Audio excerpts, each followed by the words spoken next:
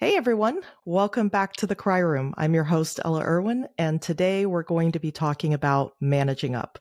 Now, over the course of your career, you're probably going to work for many different managers and leaders. And guess what? The managers you work for, they're not always going to be the easiest people to work for. In fact, working relationship, but I first had to learn how to manage up successfully in order to be able to work with them.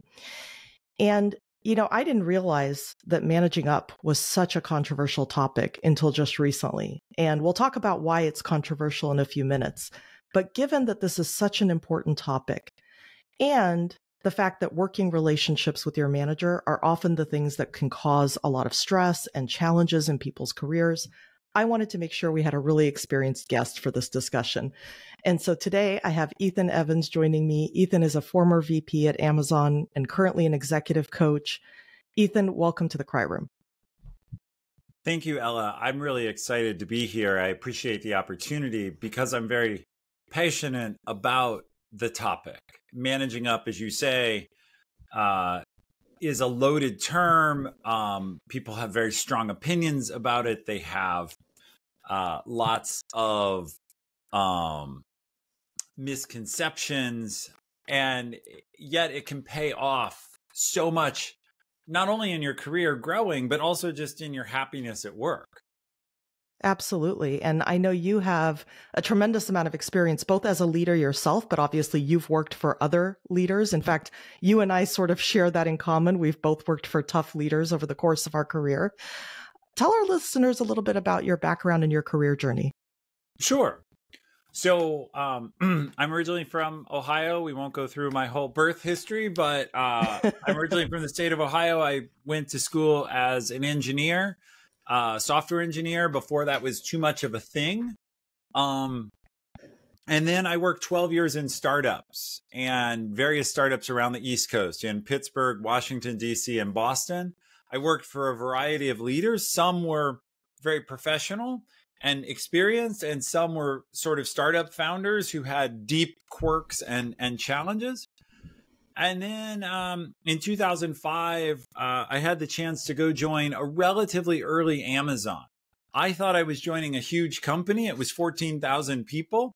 By the time I left, it was 1.4 million people. So a little bit of growth between 2005 and 2020. While I was there, I had the chance to participate in and build some things that probably almost everyone listening to has used. I was the first engineering leader on Prime Video. I built our app store that gets used on Kindles and Alexas. I worked for Twitch TV, a subsidiary we bought, and I finished my career building the gaming pillar of Prime. So almost always in the information and entertainment side of Amazon, not the shipping boxes. But that gave me a completely different experience from startups, as it was a huge company. And of course, succeeding there meant working with very tough, demanding leaders. Jeff Bezos, of course, everyone knows, but then his elite leaders who were very, very driven and focused, and had to be, to work well with them, you had to understand their styles. Absolutely. I love hearing the mix of experience you have, because it's always great to hear people's journey and how that sort of shapes how they then become leaders themselves. And so I think you're going to have a tremendous amount of guidance for our listeners today. All right, so let's get into our topic. So I always found that it was very interesting that there are so few resources out there around the topic of managing up. I have, over the years, looked for books that I could recommend to people. I've looked for books myself, and I never found any really good ones. And I feel like this is a topic that most people have to learn how to approach from a mentor or from observing others. And that can take a lot of time. And maybe you're lucky to find the right mentor, and maybe you're not. But I think it's one of those things that there's just not a lot of good information around. And in fact, when you do find resources out there, oftentimes you find a lot of bad information or bad advice. And so hopefully we can dispel some myths and provide some guidance. But I also know you provide a training class on managing up and in general on moving into executive leadership. And so I just really want to emphasize, and we'll put it in the show notes, that if anybody's interested in getting deeper into this topic, you may want to check out this training because there are so few of these type of trainings out there. And clearly this could really help your career. So maybe a good place to start, Ethan, is what's the definition of managing up? That's a great question. So I would define managing up as developing a relationship with your manager that makes it easier for you both to work to get them succeed, making their job easier. That's managing up, is tailoring your performance to their needs. And obviously everybody's different. So you may have to tailor or adapt your approach to many different types of managers and leadership styles over the years. I think what's interesting is I had a mentor once tell me that the relationship you have with your manager is a partnership. And that word partnership really stuck with me at the time because I don't know about you, but early on in my career, and I think a lot of people early in their career feel this way, you sort of think of the relationship with your manager as one-sided, right? You sort of think, well, my manager's there to give me direction and invest in me and help me succeed. And I'm there to just basically do my job. And if I can do that, I'm good.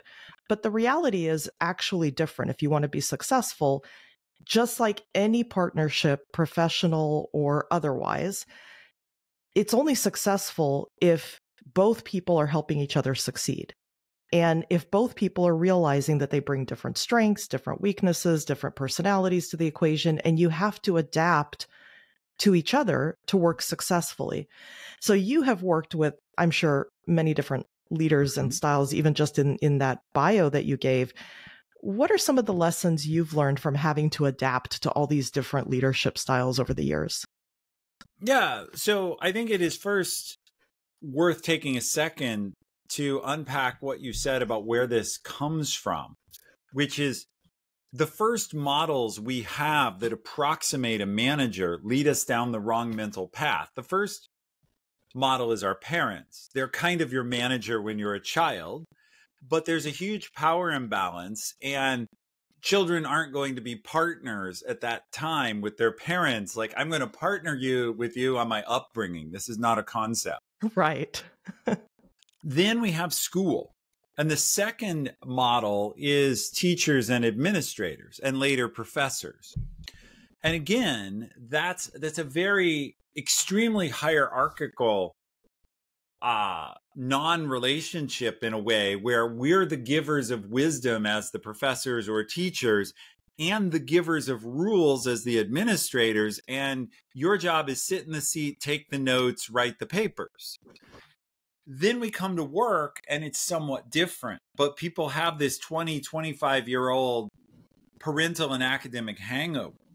So you have to realize that manager relationship is more of a partnership. And now you're an actual adult. You're sure you have a boss, but that boss or manager is also another coworker.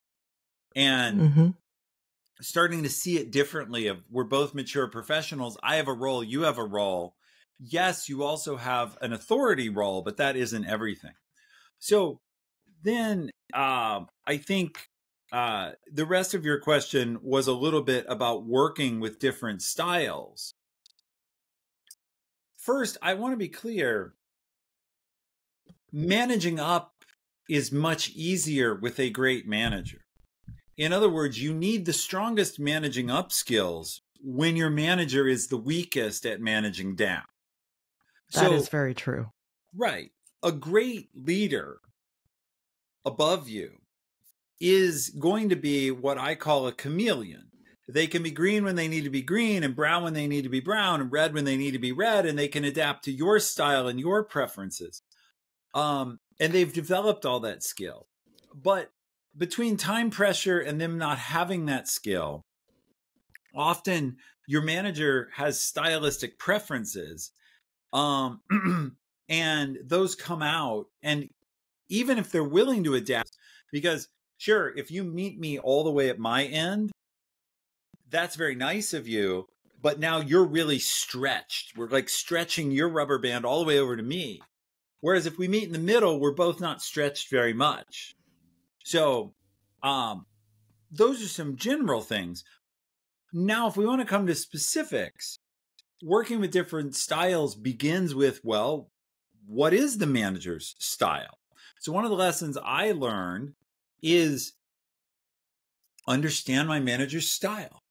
And there are different ways to do this. You can do it through the personality tests, right? Like MBTI or DISC or some of those, like, oh, this person's a detail person and this person's a big picture person and this person, you know, is in person or whatever, and this one likes email.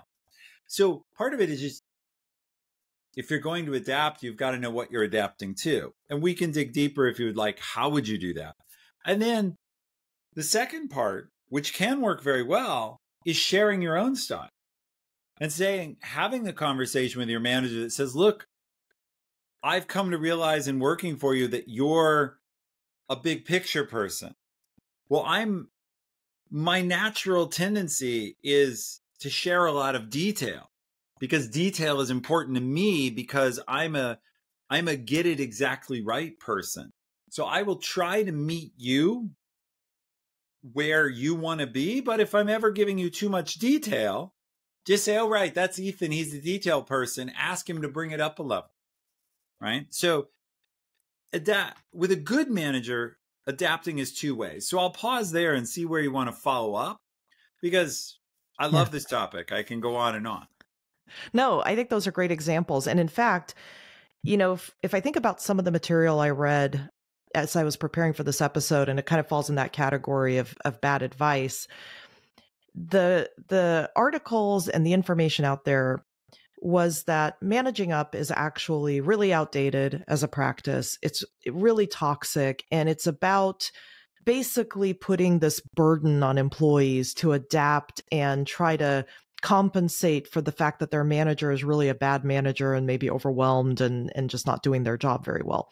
Now, it's interesting because if I tie that back to something you said, the one element I think that is related to that is, yes, if you have an absolutely amazing leader who is really good at flexing and adapting to different types of people, and they're willing to do that, that certainly makes your job as an employee in terms of managing up much easier. And I think that underscores what you said.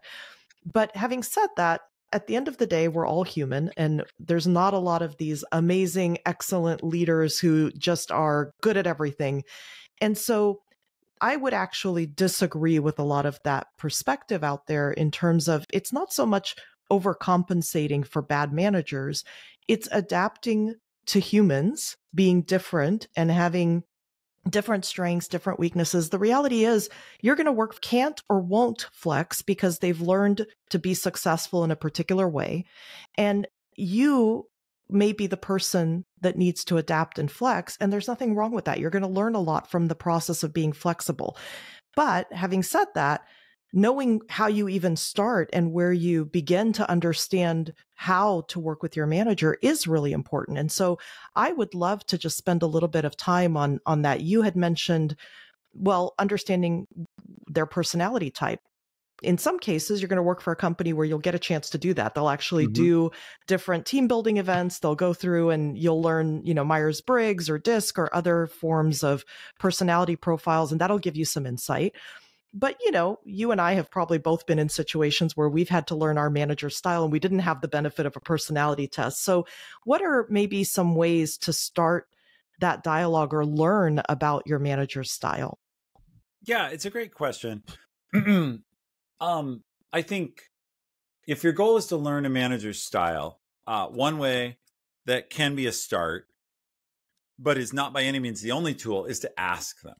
Ask them, how do you like your information? How do you, what styles have worked for you? What styles haven't? So you can ask some questions and probe a little bit about what makes great performance for you and what makes it easy for you, and what are your pet peeves or what is difficult for you.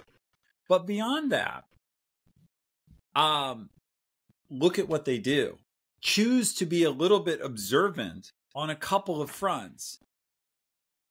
How do they act both themselves when they're working with others and with your peers?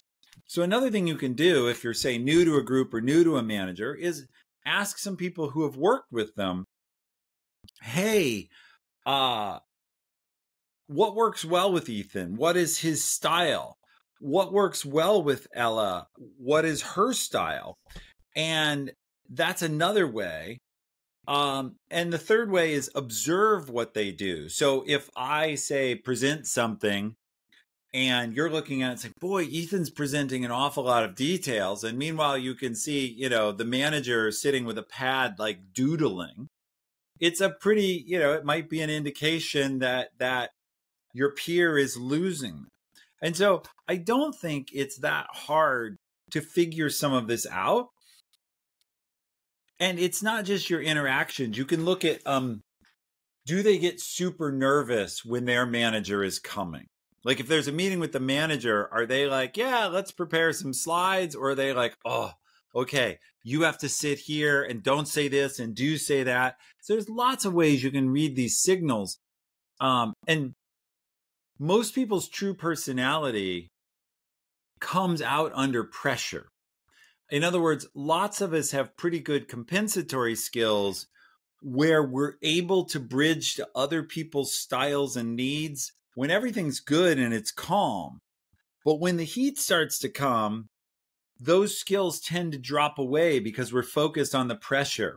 So, bottom line, just summarizing, ask, observe, and ask peers. Those three things give you a pretty good picture. I think that's spot on. I want to underscore a couple of the things that you said there. First, the back channeling piece, I'll start there. If you're going to work for someone and you've never worked for this person before, there are other people who have worked for this person. Ask them. I think that's something that a lot of people miss. They don't tend to do. I don't think there's ever been a manager that I've worked for, at least not within the last decade or so, that I have not done some back channeling on to really understand, right as I hit the ground working with that manager, what are their expectations, what tend to be their pet peeves. All of those things are super important. And the people who have actually worked for them, they know. They can tell you straight up. Yep. I think the other thing I would underscore is don't be afraid to ask. I think a lot of people are nervous when they're first meeting their manager and they don't really get to know them. They don't really understand what makes them tick, what's important to them, what their values are. And that's what really shapes who they are. And so just about every working relationship I've ever started with a manager starts with a conversation, just getting to know them and asking them, hey, what's important to you? What keeps you up at night? What really frustrates you and really annoys you? You know, because I don't want to do those things. So tell me. And look, if you're a manager listening to this, especially early on as a manager, I hope that what you're hearing in this is that employees are always trying to figure this out or should be trying to figure this out. The more you can make this easier on people, the better, right? So try to be upfront and try to give people this information about yourself as well, so that, you know, maybe they don't have to read the tea leaves as much as maybe they have been doing. But if your manager is not doing that, there's so much you can glean from these conversations. And to your point, Ethan, just from observing them as well. Now, I know some people might be listening to this and saying, well, okay, so what are some very specific questions beyond the, you know, what are your pet peeves, right? What are some specific questions that I should focus on initially in order to maybe avoid some of the common frustrations that come up and really manage up successfully? One that comes to mind, maybe you have some thoughts on this, is communication related. You know, what would be some questions that somebody could ask around that? Yeah, well, on communication, one of my favorites that is basic, and then I will go into more detail, is style, preferred method. Do you like voicemail? Do you want me to come by and tell it to you? Do you want an email? I'm an email person. I know this. Like, of all the ways you can communicate to me, I'd rather you email it to me so I can read it when I want and refer back to it. There are some people who are like, oh, I get so much email. just shoot me a text or put it in Slack or give me a call. And I'm not a phone person. And so for me, it's a big stretch when the person's like, oh, just give me a call. I'm like, but okay, I'll work your way. If I need to, get something done there, and at least I know. Now, to go a level below that in communication, again, you can ask about frequency. Do you like frequent updates? Do you like detailed updates? The alternatives being less frequent and just headlines. Do you want status, or do you just want exceptions? So do you really just want to hear, oh, well, 3 projects are good, nothing about them, this one's red, here's what we're doing? That's very different than, no, I need the blow by blow of everything. So as an example, at Amazon, I was expected to know the details of a lot of what my teams were doing. And so I would sometimes ask people a lot of questions, and I had people on my team say, boy, Ethan, it feels like you don't trust me. You're asking me so many questions. It feels like you're micromanaging me. And I said, well, understand that part of the performance standard in Amazon is called dive deep.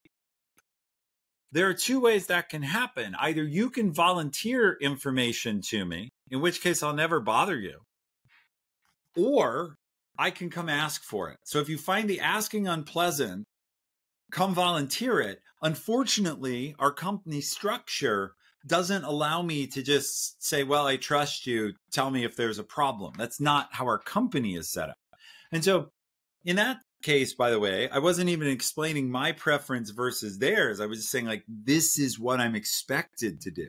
So those are some questions you can ask around communication, and frequency, style, format, etc. are good indicators, are good, at least, places to start that conversation.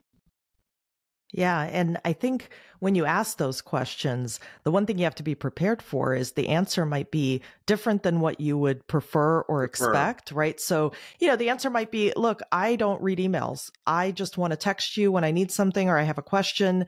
And maybe you're not used to working that way. Maybe you prefer email. The thing you have to be careful about is this isn't a situation where the right response is, well, that doesn't work for me, right? So I think you do have to be, the whole concept of flexing and managing up does require adapting to someone's style. And so try it out. See if it works. And I will tell you, actually, I've had a few of these situations where the person's response, the manager's response was, actually, I prefer text. I don't read my email. I don't read Slack.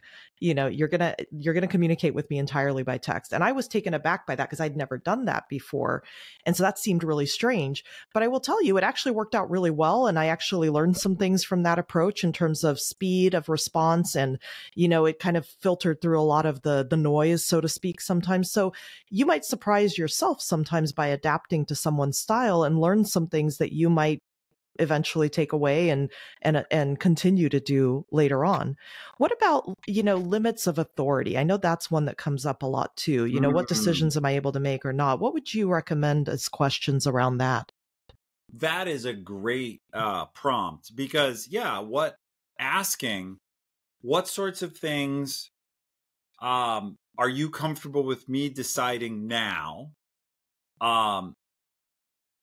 Do you, maybe you can find this out from peers, but is there the possibility that what you're comfortable with will grow as you get to know me? Because with most new managers, I'm bringing them in on more decisions at first and then saying, look, it seems like we have a pattern and I understand you. I'm going to bring you in on less. But in any case, you do want to ask, what kind of decisions can I make? What kind of decisions can I make as long as I inform you?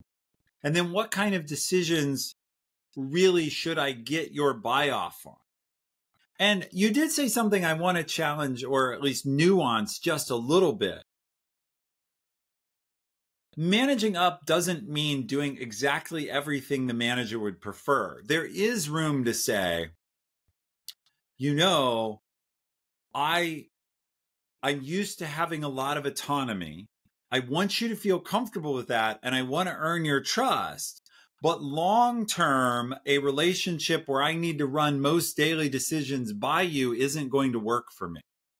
Now, that may mean you need to leave, but you can have that conversation and be like, I'm actually not game for a world where I have to block all actions on you.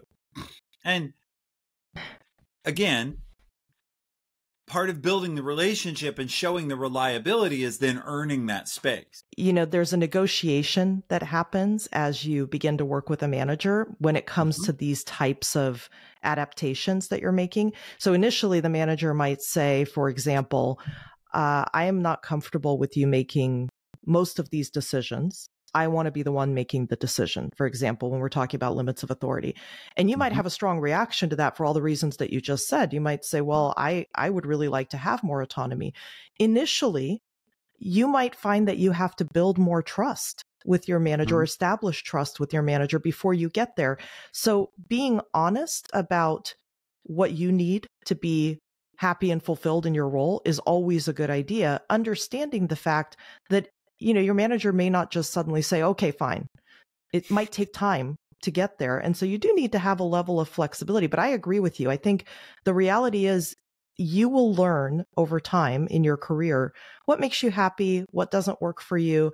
And you do want to make sure that you are openly communicating in a respectful way to your manager what are the things you need as well, understanding that it may take a little bit of time for them to get there. Yeah. And understanding that most work relationships, even, you know, I've had several managers I loved and thought were tremendous. And I won't be doing this here, at least by name, but all of them I could say, well, I wish he did this and she did that, right? There are things, even with my favorite managers, that I wish they did differently. And yet, you know, because no manager is going to like be the perfect style for you all the time. And so you can get pretty far towards what you need. And then the rest of it is realizing that success isn't all about everything being exactly as you prefer. It's about enough things being peaceful that you can afford to expend the energy on the few things that are difficult for you.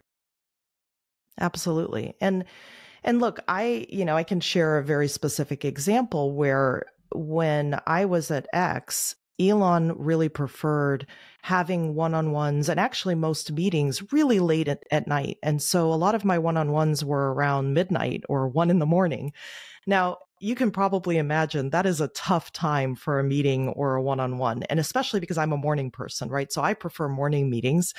Now, when this became clear that this was Elon's working style, clearly the conversation isn't going to be, well, you know, Elon, I'm a morning person, so that's really not going to work for me. I'm not going to do meetings at midnight or 1 a.m, right? Because at the end of the day, it's not about it.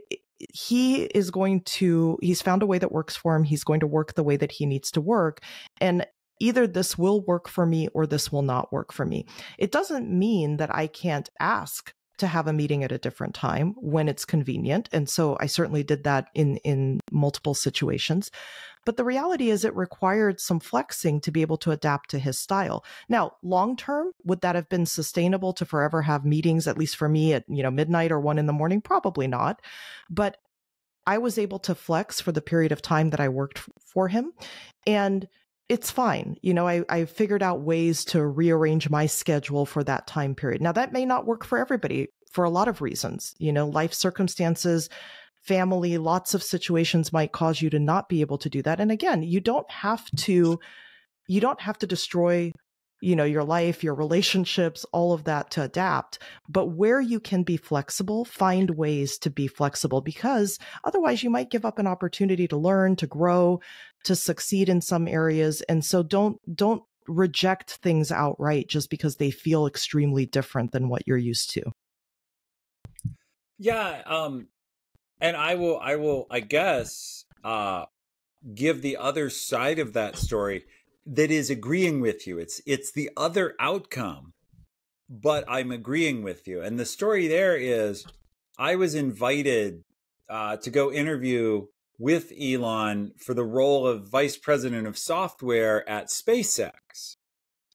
And I talked to the recruiters, and I told the recruiters, what are the requirements for this position? Because I see myself as a large group manager and not as a different style of leader who also codes personally while managing hundreds or thousands of people. Is that what you're looking for? And the recruiter said, yes, we're looking for a big group leader, blah, blah, blah. Well, I get into Elon's office and we talk for a few minutes. We're having a good conversation. And he says, well, in this role, I would expect you to code at least 10% of the time. And of course, I felt like I'd been slapped with a giant salmon or something. Like, where did that come from? It's totally. So I ended up explaining to him, do you know that, like, I talk to your recruiters and ask explicitly about that, because that's not how I see leadership. He said, oh, no, I didn't know that. That's wrong. I don't know where they got that idea. I absolutely want that. So about literally 2 minutes later, we realized, like, I wasn't going to change. We needed to agree to disagree. And he was, by his reputation anyway, unusually polite, where he basically said, well, we're going to have to agree to disagree, but that means you're not a fit for this role. And I said, I totally understand. I'll head back to the airport. The moral of that story is you chose on the thing that was facing you to adapt for a period of time, which allowed you to work for him. And I chose not to adapt, and it resulted in my not working for him. So that is a choice. And I should say, absolutely, it occurred to me in that moment, he's not going to test me on this. I could nod and say, oh yeah, I love to code, I'll do that. But then how's that going to play out? Because I've committed myself to something I don't really intend to do, and my heart won't be in. So that's a terrible idea. But the point is, you have to think about how far can you adapt, and is that okay? And it's great that you found a way to go through that. And I have no regrets, even though I would have loved the chance to work with Elon and to be a part of many of the things SpaceX has accomplished, because this interview is now 10 years ago. It's a long time in the rearview window. I'm comfortable with the fact that I didn't do that. I love that story. And the reason I love it is it really highlights something that I think, as we talk about managing up, people do need to understand. And I know we've covered this in a podcast episode a few months ago, which is boundaries. Mm-hmm. Everyone has boundaries, and everyone understands there are certain things they can adapt to, and there's certain things they can't. Mm-hmm. Now, we obviously want all of our listeners to be open-minded and curious and flexible.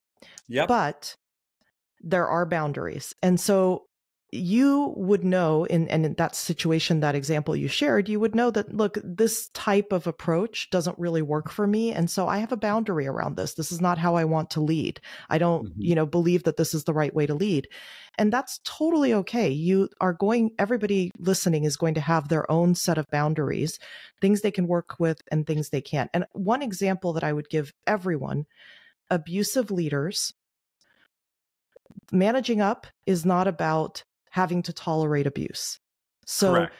There's never a good excuse to flex to an abusive leader. If somebody's being abusive, you should walk, right? Because your mental health and well-being is the most important thing.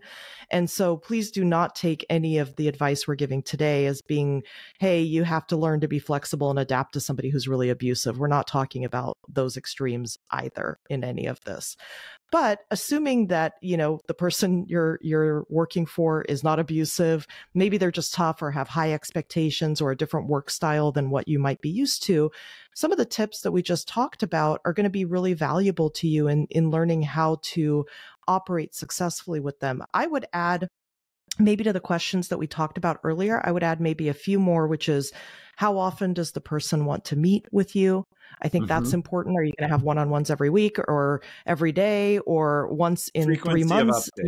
Generally. Exactly. Yeah. Exactly. I think, managers are different, and maybe you're used to somebody who meets with you every day, and they're not willing to do that.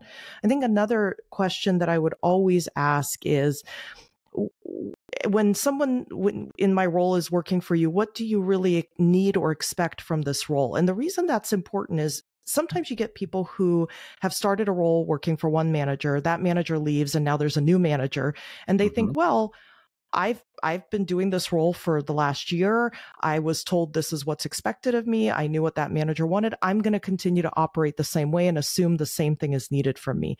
You shouldn't do that.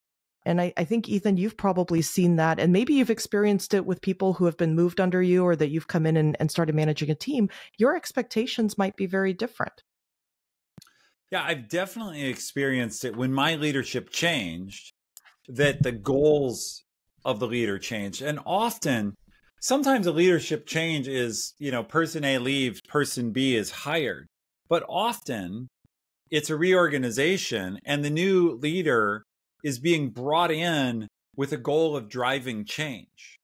They actually have been brought in to make, let's make this division or this product more growth oriented or lower cost or more efficient. And so if your previous manager, say, was growth oriented, and your new manager has been told, no, make it efficient, you'd better figure that out and be able to adapt. Because if you're still talking growth to a manager who's like, yeah, my mandate's efficiency, you're going to quickly be bewildered, because they're going to be frustrated and short with you, probably. And if they're not good at articulating, I don't know if you've caught on, but I'm here to make us efficient and sustainable. And these things happen, right? Corporate priorities change very much. And certainly you're a living example of that with X. Tons of corporate priorities change, and changed very suddenly. And the things that would have made a manager very successful at Twitter were not necessarily at all the things that were going to make them successful in the X era. Correct. Completely different. And understanding that and adapting quickly to the fact that things have changed is really important. I've seen a lot of employees struggle with sort of trying to hold on to the past. They worked for a manager. They really enjoyed that working relationship. They enjoyed what the focus was. Now a new manager comes in, and there may not be anything wrong with the new manager, but the fact that they're operating differently, have different goals, different expectations, things have changed. The employee is still trying to hold on to the prior situation, and it's creating a problem. And a lot of that comes from not managing up successfully, in terms of not actually asking the new manager, hey, what are your goals and expectations of me in this role? And really, really accepting the answer, which may be completely different, and you may have to shift how you operate as a result. Yeah. And remember, and I'm sure you understand this, but for everyone listening, you always have a choice of whether or not you want to be a part of that. But of course, you want to make an informed choice. So as opposed to being mystified by like, this manager isn't on the same page and now I'm getting negative feedback, at least understand what they're trying to accomplish.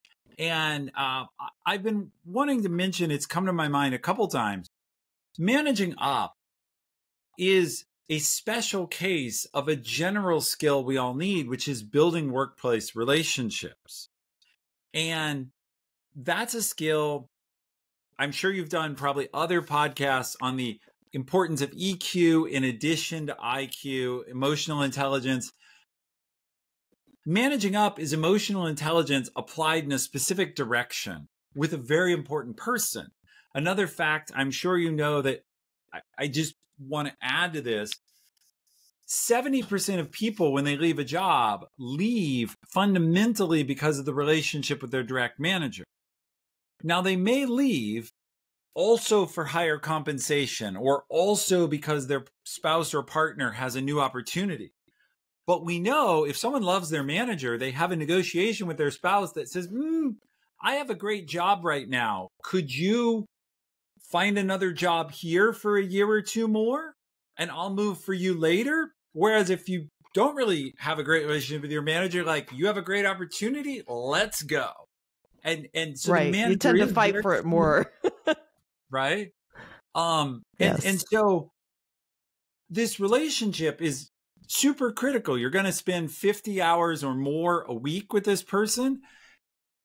And if I told you to build a relationship with your peer, you wouldn't be like, oh, that I shouldn't do that. Or, why would I invest in that? But somehow for some people, the idea that they should invest in the relationship with their manager and be willing to adapt, for some people, that's very hard. It feels different. Yeah. And I think it's probably good to clarify that, look, you don't have to become best friends with your manager. You don't have to become best friends with your coworkers. It is obviously great if you can build a strong bond with your manager or with your coworkers. It certainly makes for a much more pleasant and enjoyable working environment. And that can take some time.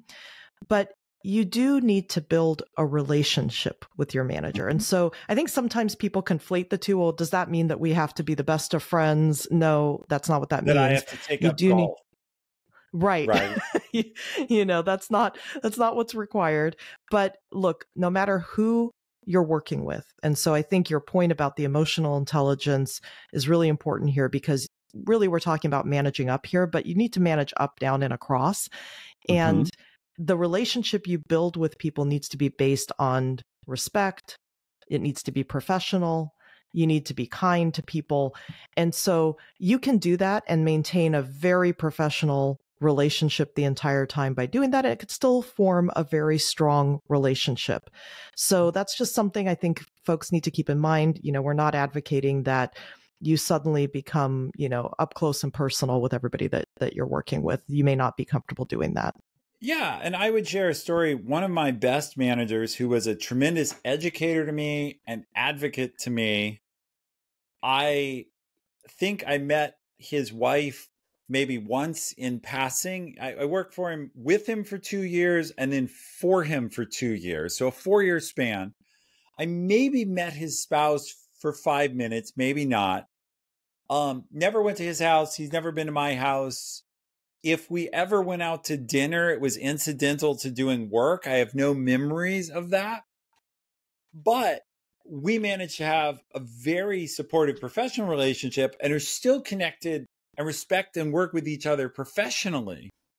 But there's no personal connection there, really. And now that's an extreme.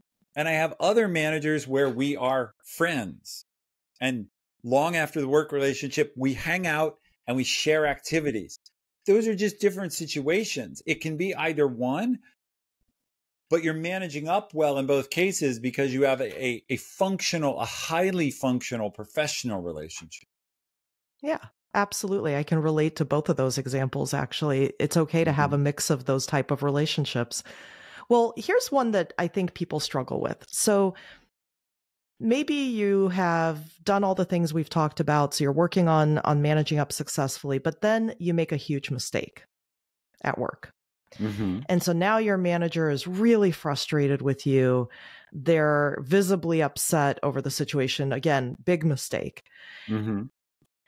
What should a person do in those situations to manage up successfully so that they don't blow up the relationship with the manager?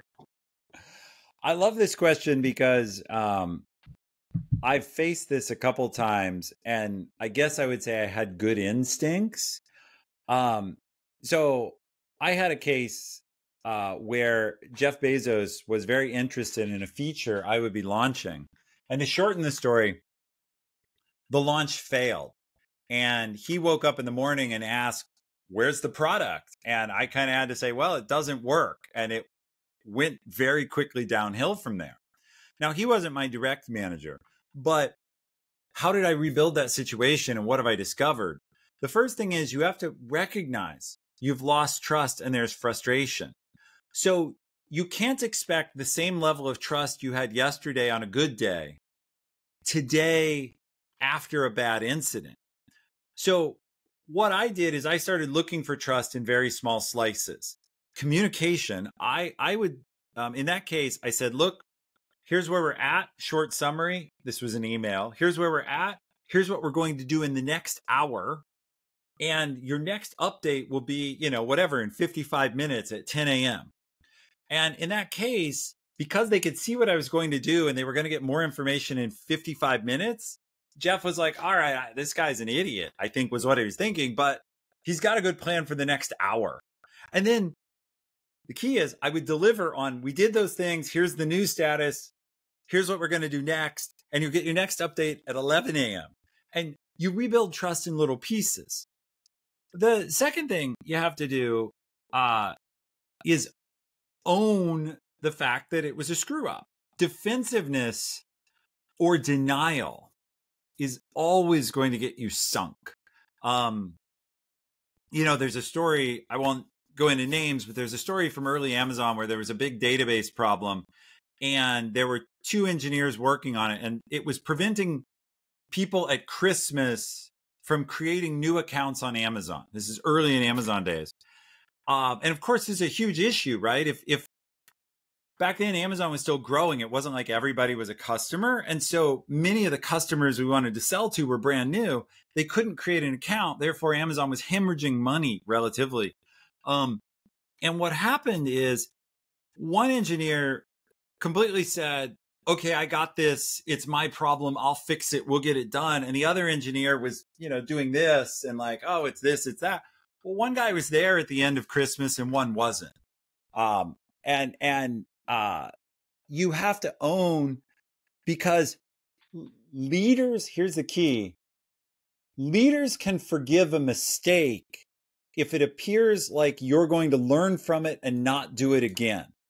What they can't forgive or go past is if it looks like you're not trustworthy in the future. You've learned nothing. It's like, oh, they're still dangerous to me. You can't rebuild trust if it doesn't look like you're open to acknowledging what you need to learn. So I know I said a lot there. I could go on, but those are the 2 key things, I think, is be willing to put in the work to earn the trust, re-earn the trust, and realize you have to show ownership and openness. I so agree with all of that. And those are actually great examples. I will say that as obviously a manager myself, people should not underestimate how powerful the words are. You're right. I screwed up and I'm going to fix it. Yep.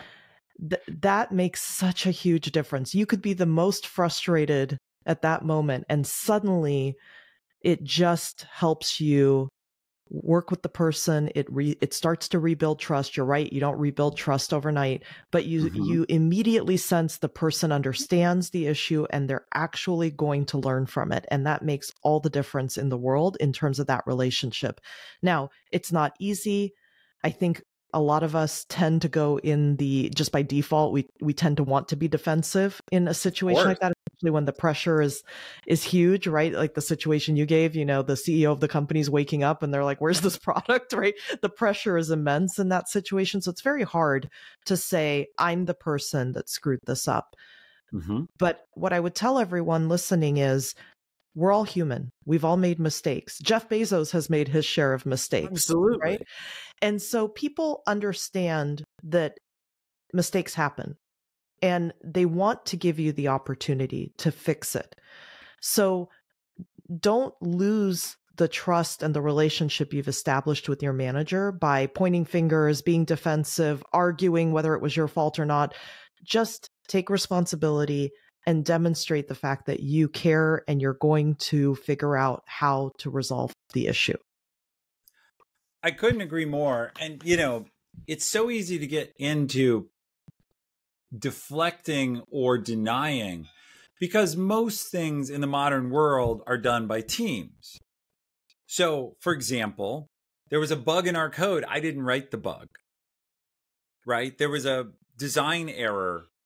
I wasn't personally the designer, but it's my team. It's my responsibility. And getting into that has no value because in the end, I was responsible for making sure the thing happened and it didn't. But it's so easy. And there's a saying I like, which is we judge others by their actions, but ourselves by our intentions.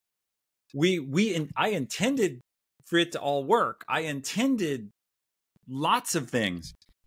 But everyone else, we don't care about their intentions. We care, well, what happened? Well, you have to understand, you can't want people, you can want people to look at, well, I intended for this to work. I intended for this to be smooth or for us to make money. Great. You know, that and $5 will get you a cup of coffee at Starbucks. I love that. That's actually, that's a great quote and a great point to leave people with. I guess the one thing I would ask as we sort of get to the end of this episode is, somebody might be thinking, okay, so I've done all this work. I've managed up successfully. I now have a really good working relationship with my manager. It's really helping me on my path to growing my career. And my manager leaves. Mm-hmm. So was all of this a big waste of time? How does everything that I did help me when it comes to promotions and growth in my career? What would you say to somebody who's in that situation? Well, the first thing I would say is, you know, people, the shortest version of your question is, what if my manager leaves? And the shortest possible version of my response is, what if your manager doesn't? So if you don't do that investment and your manager stays, now what? You've missed 1 year, no wait, 2 years, no wait, 3 years of opportunity because you were afraid to invest. It's a little bit like saying, well, I'll never date anyone because what if it doesn't work out? Well, sure, but then you will, remain alone. So you got to take the risk. The second thing, though, I would say is, if you've built that relationship with your manager, number one, they're going to go somewhere else and may have a great job for you there now or in the future. That's one benefit you have. Number two, you had a pleasant and productive work relationship with them. Number three, they can leave behind artifacts, a promotion document, a good review, a transition plan. They can do things to set you up for success. Number four, if you've really had a good relationship with your manager, they presumably have exposed you to their skip level, talked you up to their peer level, so your senior peers. So they've been investing in you. Is it a loss? Okay, I want to address that straight up.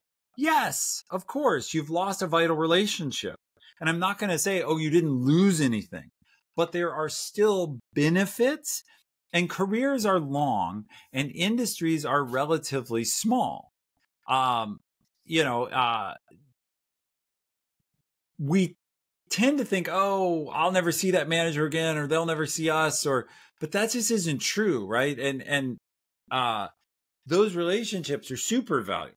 So, is it a bummer when a good manager leaves that you've invested in? Of course. But I would never let that stop me. If anything, that makes me more eager to do it well, because I can start sooner and get the benefit for longer because I build the relationship quickly. Yes. And I want to underscore something in that. We've talked about this in prior episodes, so it's becoming a little bit of a theme, I think, for this season. But there's this concept of, you control how you show up every day. Yep. You can't control whether your manager stays or goes. You can't control reorgs. Those are things that are going to happen around you, but you control how you show up and the reputation you build. To your point, when you have invested and built a great working relationship with your manager, other people will notice that. Your manager will talk about it. You may not hear it or see it as often, but people will know.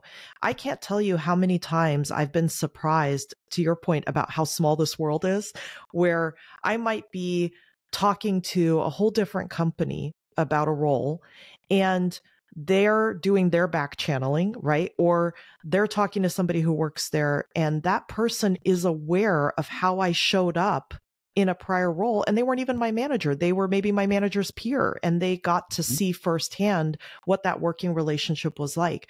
So do not ever think that just because your manager left, that all that work was for nothing. Yes, it's sad to lose that relationship. And to your point, you may see them again in other opportunities down the line.